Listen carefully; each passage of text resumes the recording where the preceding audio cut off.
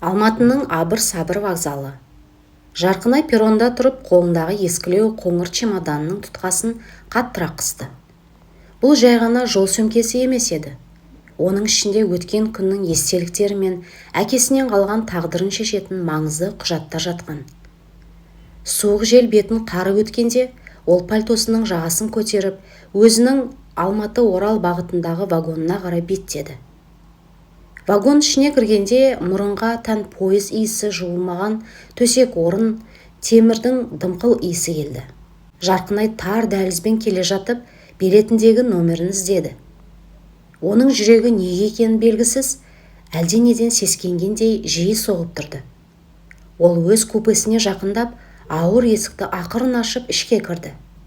Купеде 3 адам отыр екен. Төрдегі орында көзілдірігінің артынан газетке үңілген жүзі сынық қарт кісі отыр. Ол Жарқынай кіргенде басын көтеріп, үнсіз ғана басын изеді. Төменгі оң жақ сөреде жасы 25-тер шамасындағы құлаққап киіп, терезеге қарап отырған жұмбақ жігіт. Ол тіпті бұрылып қарамады, бірақ саусақтарымен үстел үстін мазасыз ұрғылап отырды. Жоғарғы сөреде қымбат иіссу аңқыған үстіндегі жібек көйлегі мен алтын әшекейлері көз тартатын сәнді келіншек телефонмен біреуге хабарлама жазып әлек.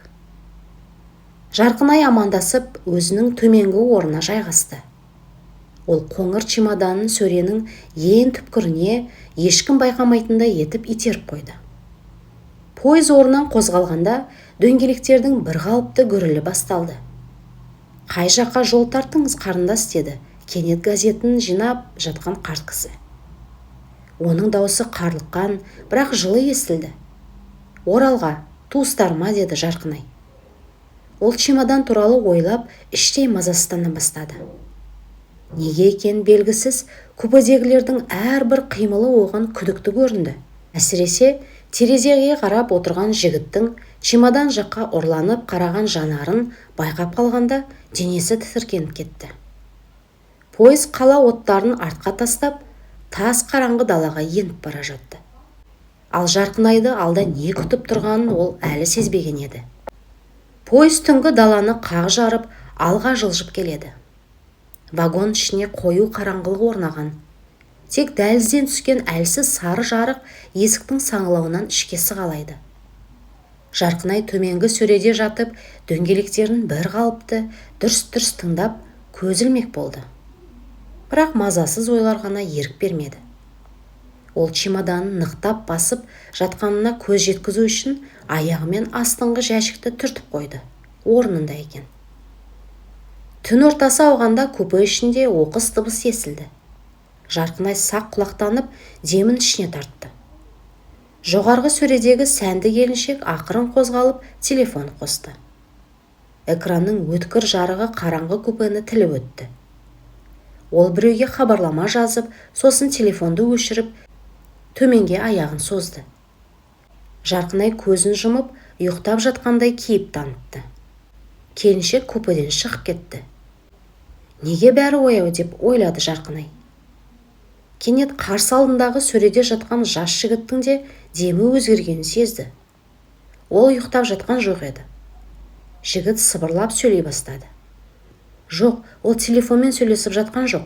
Ол қасындағы қарт кісіге қарап, уақыт таяды, тездету керек деді.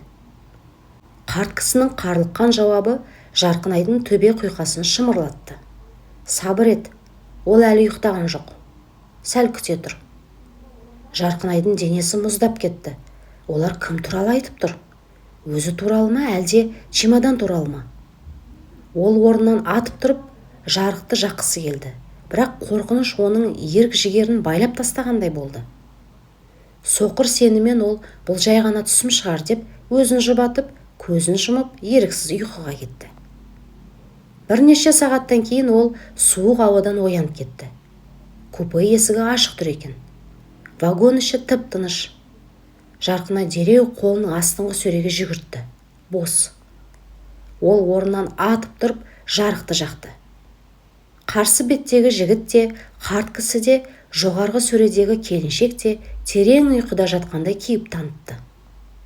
Бірақ Жарқынайдың ең басты қазынасы қоңыр чемодан жоқ болып шықты. Ол жай ғана жоғалмаған, оны біреу кәсіби шеберлікпен суырып әкеткен. Чемодан, ол жоқ деп айқайлап жіберді Жарқынай. Дауысы бүкіл вагонға жаңғырып. Жарқынай бос тұрған сөреге қарап есеңгіреп тұр. Оның айқайынан купедегілердің бәрі оянды. Бірақ бұл ояну тым жасанды көрінді. «Не болды? Неге айқайлап жатырсыз?» деді сәнді келіншек ұйқылы ояу кейіп танытып. Үстіндегі жібек халатын түзеп. Оның жанарынан қорқыныш емес, суық есеп байқалды. Чемоданым жоқ. Осы жерде, дәл аяғымның астында тұрған. Көзілдірікті қарт кісі асықпай орнынан тұрып көзілдірігін сүртті. Қарағым, сабыр сақта. Мүмкін пойыз сілкінгенде әрірек сырғып кеткен шығар. Қарап көрейік. Олар купенің ішін түгел ақтарды. Үстелдің асты көрші сөрелер, тіпті жоғарғы жүк салғыштар еш жерде қоңыр чемоданның ізі де жоқ. Бұл мүмкін емес еді. Өйткені купе есігі ішінен ілулі тұрған болатын. Тек жас жігіт қана үндемей, терезеден сырттағы тас қараңғы бекетке қарап тұрды. Пойыз әлде бір шағын, картада аты жоқ бекетке тоқтаған екен. «Сіз неге үндемейсіз?» Жарқынай жігітке тап берді. «Түнде біреумен сөйлескеніңізді естідім. Уақыт таяды дедіңіз. Кімге айттыңыз оны?» Жігіт жайлап бұрылды. Оның өткір жанары Жарқынайды тітіркендіріп жіберді. «Мен түсімде сөйлесетін әдетім бар», деді ол, салқын. «Ал сіздің чемоданыңызға келер болсақ, есік ішінен жабық болса, демек ұры осы бөлмеден шықпаған». Бұл сөзден кейін купе ішіне ауыр тыныштық орнады. Әркім бір-біріне күдікпен қарай бастады. Қарт кісінің қолындағы газеті дірілдеп тұрды, ал келіншек сөмкесін бауырына қаттырақ қысты. Жарқынай жүгіріп барып жолсерікті шақырды. Жолсерік жүзі шашаңқы ер адам купеге келіп, жағдайды тыңдады. «Бұл бекетте ешкім түскен жоқ, тек техникалық аялдама», деді ол мазасызданып. «Бірақ түнде мен дәлізде біреудің қараң етіп өткенін көргендей болдым. Үстінде ұзын қара плашы бар еді». Жарқынай купеге қайтып кіргенде, өз жастығының астында бір шеті шығып тұрған қағаз қиындысын байқады. Ол купедегілерге көрсетпей, қағазды қолына қысты. Ішінде сиямен асығыс жазылған бірақ сөйлем бар екен. «Чемоданды іздеме, оның ішіндегі шындық сені бақытсыз етеді». Бұл ескерту ме, әлде қоқан-лоққы ма? Ең бастысы, бұл хатты оның жастығының астына кім салып үлгерді? Жарқынайдың қолындағы хат оның саусақтарын күйдіріп бара жатқандай болды. «Іздеме, шындық бақытсыз етеді». Бұл сөздер оның ойын 10 саққа жүгіртті. Чемоданда тек мұрагерлік құжаттар емес, әкесінің өлер алдында айтқан, бірақ аяғына дейін жеткізе алмаған сыры бар еді. Ол купедегілерге сездірмеге тырысып, дәлізге шықты. Вагон іші әлі де мазасыз. Жолсерік көрші купелерді тексеріп жүр екен.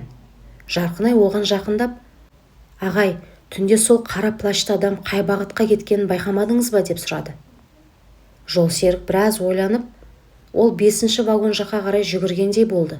Бірақ мен оны тоқтата алмадым. Өйткені сол сәтте пойыз тежегішті басып, деді де басқа жолаушылардың шағымына қарай кетіп қалды. Жарқынай тәуекелге бел байлап, көрші вагондарды аралауға көшті. 5-ші вагон жоғарғы санатты вагон еді. Мұнда дәліз тыныш, кілемдер жұмсақ, жарықты ашық. Ол дәлізбен келе жатып, тамбұр жақтағы қоқыс жәшігінің жанында жатқан таныс бір затты көріп қалды. Бұл оның чемоданының тұтқасына байланған кішкентай көк таспа еді. Жарқынай оны таныды. Бұл таспаны оған анасы сәттілік тілеп байлап берген болатын. Демек, ұры осы жерден өткен. Ол еңкейіп таспаны алды да жан-жағына қарады. Дәл осы сәтте көрші купенің есігі ақырын ашылып, ішінен таныс адам шықты. Бұл өз купесіндегі көзілдірікті қарт кісі еді. Бірақ ол қазір мүлдем басқаша көрінді. Көзілдірігін шешкен, жанары өткір, қимылы ширақ. Қарт Жарқынайды көріп сәл кідіріп қалды да, Тез арада бетіне бұрынғы шаршаған адамның кейпін кие қойды. «Қарындас, сіз де мұнда ма едіңіз?» «Мен де жолсеріктен сұрайын деп келіп едім», деді ол, дауысы қалыңқырап. Жарқынай оған сенбеді. Оның қолында бір пара қағаз бар еді. Оны ол асығыс қалтасына тыға бергенде, Жарқынай қағаздың бұрышынан әкесінің қолтаңбасын көріп қалды. Жүрегі мұздап кетті. Чемоданның ішіндегі құжаттар осы кісінің қолында ма? «Сіздің қалтаңыздағы не?» деді Жарқынай. Қарт кісі сәл жымиды, бірақ бұл жымиыс суық еді. «Бұл жай ғана менің дәрі-дәрмегімнің тізімі, қарағым. Мазасыз болмаңыз, чемоданыңыз табылады». Ол Жарқынайдың жанына өтіп бара жатып, құлағына сыбырлап кетті. Кейде жоғалған заттың табылмағаны иесі үшін қайырлы болады. Жарқынай жалғыз қалды. Қолында көк таспа, жүрегінде қорқыныш. Ол енді кімге сенерін білмеді. Үндемейтін жігітке ме, сәнді келіншекке ме, әлде мынау 200-ді қартқа ма? Ол вагонның мейрамхана жаққа барып, сәл ес жиғысы келді. Бірақ ол жерде оны бұдан да үлкен тосынсый күтіп тұр еді. Жарқынай вагон мейрамхананың ауыр есігін ашып ішке кірді. Мұнда халық сирек екен. Аспаздың ыдыс-аяқ сылдырлатқаны мен пойыздың бір қалыпты гүрілі ғана естіледі. Ол терезе алдына отырып, маңдайын суық шыныға басты. Қолындағы көк таспаны шиыршақтап ширатып отырып, купедегілердің бейнесін көз алдына келді. Кенет шеткі үстелде отырған таныс тұлғаны байқап, селк ете қалды. Бұл олармен бірге келе жатқан сәнді келіншек еді. Ол алдындағы кофесіне қарап, біреумен телефон арқылы өте қатты дауыспен сөйлесіп отыр. «Я, бәрі жоспар бойынша. Ол ештеңе сезген жоқ. Чемодан қауіпсіз жерде. Бірақ жас жігіт кедергі жасап жүр. Оны қалайда заластандыру керек», деді келіншек. Жарқынай тынысын ішіне тартып, бағанағы жұмбақ жігіт пен сәнді келіншектің арасында қандай да бір тікетірес барын түсінді. Келіншек сөзін аяқтап орнынан тұра бергенде Жарқынайды көріп қалды. Оның жүзінде бір сәтке қорқыныш ойнап барып, дереу суық жымиысқа ауысты. «Ой, Жарқынай, сіз де мұнда ма едіңіз? Чемоданыңыз әлі табылмады ма? Өкінішті, бірақ меніңше сіз дұрыс бағытта іздеп жүрген жоқсыз», деді ол, мысқылдап. Жарқынай шыдай алмай, «Сіз қазір кіммен сөйлестіңіз?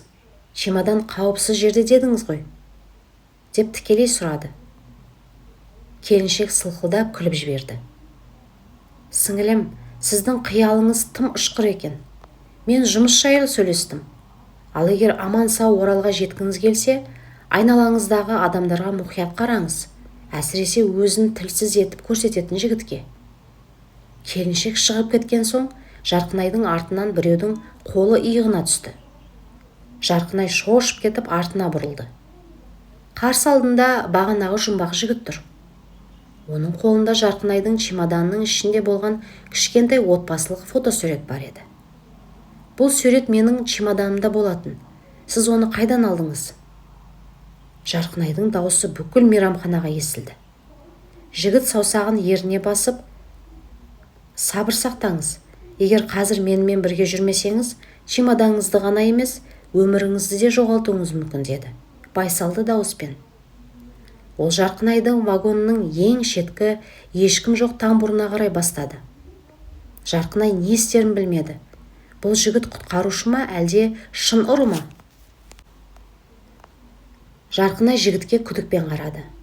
Оның қолындағы ескі суретте Жарқынайдың бала күні мен әкесі бейнеленген. Бұл сурет чемоданның ең түпкірінде, құжаттардың арасында жасырулы болатын. «Сіз кімсіз? Сурет сізде қайдан келді?» Жарқынай шегініп есіктің тұтқасына жабысты. Жігіт жан-жағына сақтап қарап, дауысын бәсеңдетті. «Менің есімім Асқат. Мені бұл пойызға сіздің ағаңыз жіберді. Ол сіздің жалғыз жолға шыққаныңызды біліп, қауіпсіздігіңіз үшін алаңдады. Бірақ менің кеш қалғанымды қараңызшы». Жарқынай таңғалып қалды. Ағасы ештеңе айтпаған еді. «Егер ағам жіберсе, неге бағанадан бері үндемейсіз? және чемоданды неге тығып қойдыңыз? Асқат суретші Жарқынайға ұстатты. Мен оны тыққан жоқпын. Мен оны ұрыдан тартып алмақ болдым. Бірақ ол менен айласын асырып кетті. Мен тек мына суретті ғана жұлып үлгердім. Жарқынай сіздің купеңіздегі сәнді келіншек пен қарт кісі кездейсоқ жолаушылар емес. Олар сіздің әкеңізден қалған мұра құжаттарын аңдып жүрген адамдар. Олардың мақсаты Оралға жеткенше сол қағаздарды жою немесе өздеріне иемдену. Жарқынайдың басы айналып кетті. Қарт кісінің дірілдеген қолдары, келіншектің суық күлкісі бәрі енді түсінікті бола бастаған сияқты. Онда чемодан қазір қайда деді? Ол әлі пойызда. Оны ұрлаған адам үшінші біреу. Ол екі топтың да арасында жүрген жалданбалы ұры болуы мүмкін. Мен оны көрші вагонның көмір сақтайтын жеріне тыққанын байқап қалдым. Бірақ жалғыз бару қауіпті болды. Олар менің кім екенімді сезіп қойды, деді Асқат. Дәл осы сәтте тамбурдың есігі ашылып, ішке бағанағы көзілдірікті қарт кісі кіріп келді. Бұл жолы газет емес, жылтыраған өткір пышақ бар еді. Ойын аяқталды, балақайлар, деді ол. Қарлыққан дауыспен емес, нық жақсы адамның дауысымен. Құжаттар қайда екенін айтыңдар, әйтпесе келесі бекетке тірі жетпейсіңдер. Асқат Жарқынайды өз артына жасырып алға шықты. Пойыз тағы да қатты сілкініп, туннельге еніп кетті. Тас қараңғылық орнады. Туннельдің тас қараңғылығы купе мен тамбур арасын жұтып жіберді. Пойыздың қатты сілкінісінен Жарқынай темір қабырғаға соғылып есеңгіреп қалды. Тек қараңғыда металдың бір-біріне тиген дыбысы мен ауыр тыныс қана естілді. Жарқынай, қаш! Асқаттың даусы саңқ ете қалды. Бірнеше секундтан соң пойыз туннельден шығып, вагон ішіне қайтадан әлсіз жарық жүгірді. Жарқынай көзін ашқанда сұмдық көрініске куә болды. Бағанағы қарт кісі Асқатпен арпаласып жатыр. Бірақ оның қимылы тым ширақ, күші де басым. Ең қорқыныштысы, қарттың бетіндегі әжімдері мен бұрыл шашы жасанды грим екені көрініп қалды. Ол жас, күшті ер адам болып шықты. Дәл осы сәтте тамбурдың екінші есігінен сәнді келіншек көрінді. Оның қолында кішкентай тапанша бар еді. Ол енді бұрындағыдай биязы емес, жанары суық қаншерге ұқсайды. Тоқтатыңдар, деді ол, даусын көтеріп. Асқат, сенің кім екеніңді баяғыда білгенбіз. Сен Жарқынайдың ағасының сенімді адамысың. Бірақ чемодан қазір сенде де, бізде де емес. Оны үшінші біреу әкетті. Жарқынай таңырқап қалды. Егер бұл екеуі бір топ болса, чемоданды кім алды? Жолсерік, деді келіншек тісін қайрап. Ол өзін тым жуас көрсетіп, бәрімізді аңдып жүрген. Ол чемоданның ішіндегі мұраның құнын біледі. Қазір ол пойыздың ең соңғы жүк вагонына қарай қашып барады. Келесі бекетте ол ізім ғайым жоғалды. Жарқынай мен Асқат бір-біріне қарап, қазір жауласатын уақыт емес екенін екеуі де түсінді. Асқат қарттың қолын қайырып жіберіп, Жарқынайды қолынан тартты. Соңғы вагонға жететін 5-ақ минутымыз бар, деді Асқат. Олар теңселіп тұрған вагондардың арасымен жүгіре жөнелді. Артында қарт кісі мен келіншек те қалыспай келе жатыр. Кенет Жарқынай жас жігіттің Асқаттың қалтасынан түсіп қалған кішкентай құрылғыны байқап қалды. Ол дыбыс жазатын диктофон еді. Демек, Асқат бағанадан бері бәрін жазып алған. Олар соңғы вагонның есігіне жеткенде оның іштен құлыптаулы екенін көрді. Есіктің арғы жағынан чемоданның ашылған дыбысы мен қағаздардың сыбыры естілді. Соңғы жүк вагонның есігі ауыр, темірден соғылған. Асқат иығымен бір-екі рет ұрып көрді, бірақ есік бергі жабылған. Іштен қағаздардың күтірлегені мен біреудің асығыс демалғаны анық естіліп тұрды. Ашыңыз, бәрін білеміз, деп айқайлады Жарқынай. Есікті жұдырығымен ұрды. Кенет есік өздігінен ашылып кетті. Қараңғы вагонның ортасында жалғыз шамның астында жолсерік отыр екен. Бірақ ол бағанағы жуас шашаңқы адам емес. Оның үстіндегі формасы шешілген, алдында Жарқынайдың қоңыр чемоданы ашық жатыр. Қолында әкесінің ең басты құжаты, мұрагерлік туралы өсиетнама мен ескі карта. Келдіңдер ма, деді Жолсерік. Кешіктіңдер. Мен бұл сәтті 20 жыл күттім. Жарқынай таң қалды. 20 жыл? Бұл адамның оның отбасына қандай қатысы бар? Сен кімсің? Әкемнің затына тиісуге қандай құқым бар? Деді Жарқынай. Жолсерік орнынан тұрды. Оның жүзінде кек пен ыза араласқан күлкі пайда болды. Менің есімім Мұрат.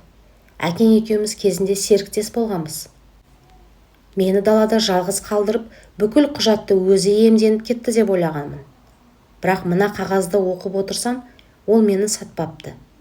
Ол мені құтқару үшін осының бәрін жасырып келген екен. Артында тұрған қарт кісі мен сәнді келіншек те вагонға кіріп үлгерді. Олар тапаншаларын Мұратқа кезеді.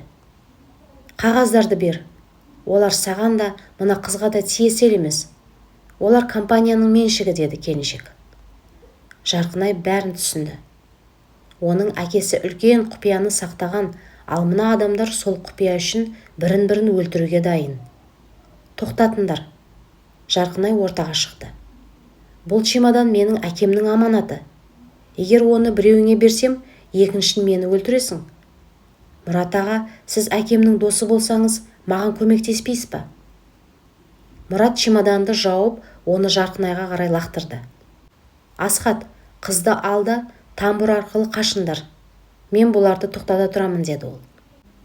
Оқ даусынан құлақ тұнып, Жарқынай еденге жата қалды. Ол қолмен чемоданның суық былғарысын сезіп, оны бауырына қаттырақ қысты. Бұл сәтте кімнің кім екені, кімнің досы, кімнің қасы екені мүлдем түсініксіз болып кетті. Жарық қайтадан жыпылықтап жанғанда, Мұраттың Жолсеріктің иығынан қан ағып жатқан көрінді. Қашыңдар, Мұраттың даусы сырылдап шықты. Асхат Жарқынайды қолынан тартып, ашық тұрған жүк есігіне қарай сүйреді.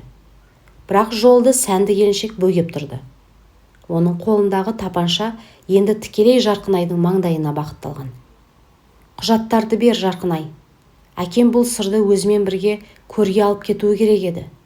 Бұл карта миллиондаған қаржы, бірақ ол саған бақыт әкелмейді, деді келіншек. Дәл сол сәтте қарт кісі, жасанды гримдегі жігіт, кенет келіншектің қолын қағып жіберді. Тапанша жерге түсіп кетті. Жетті, деді ол айқайлап. Мен бұл іске тек ақша үшін келгенмін, бірақ кісі өлтіруге келіскен жоқпын. Асхат осы сәтті пайдаланып, келіншекті итеріп жіберді де, Жарқынаймен бірге вагонның есігінен сыртқа теміржол жиегіндегі қалың қарға секірді. Пойыз әлде баяулап тоқтап келе жатқан еді. Олар қарға құлап біраз жерге дейін домалап барып тоқтады. Айнала, айдала, тас қараңғы түн. Тек алыстан пойыздың тоқтағандағы темірдің үйкеліс дыбысымен буы шығып жатқан вагонның сұлбасы ғана көрінді. Жарқынай орнынан тұрып үстіндегі қарды сілкіді. Оның қолында чемодан аман есен тұр. Бірақ Асхаттың түрі бұзылып кетті. Жарқынай, қара. Вагоннан бірнеше адам түсіп, олардың ізімен келе жатты. Олардың қолындағы фонарлардың жарығы қараңғыда жыланша ирелендейді. Бірақ ең сорақысы, Асхаттың қолындағы диктофон сынып қалған екен. Енді оларда ешқандай айғақ жоқ. Тек қолдарындағы осы бір ескі чемодан ғана қалды. Біз Оралға жетпедік. Бұл жер Шөлдала деген шағын бекеттің маңы. Егер қазір жолға шықпасақ, олар бізді тауып алады, деді Асхат. Жарқынай чемоданды ашып, ішінен әкесінің ескі сағатын алды. Сағаттың арғы бетінде кішкентай жазу бар екен. Шындық жарықта емес, адамның жүрегінде.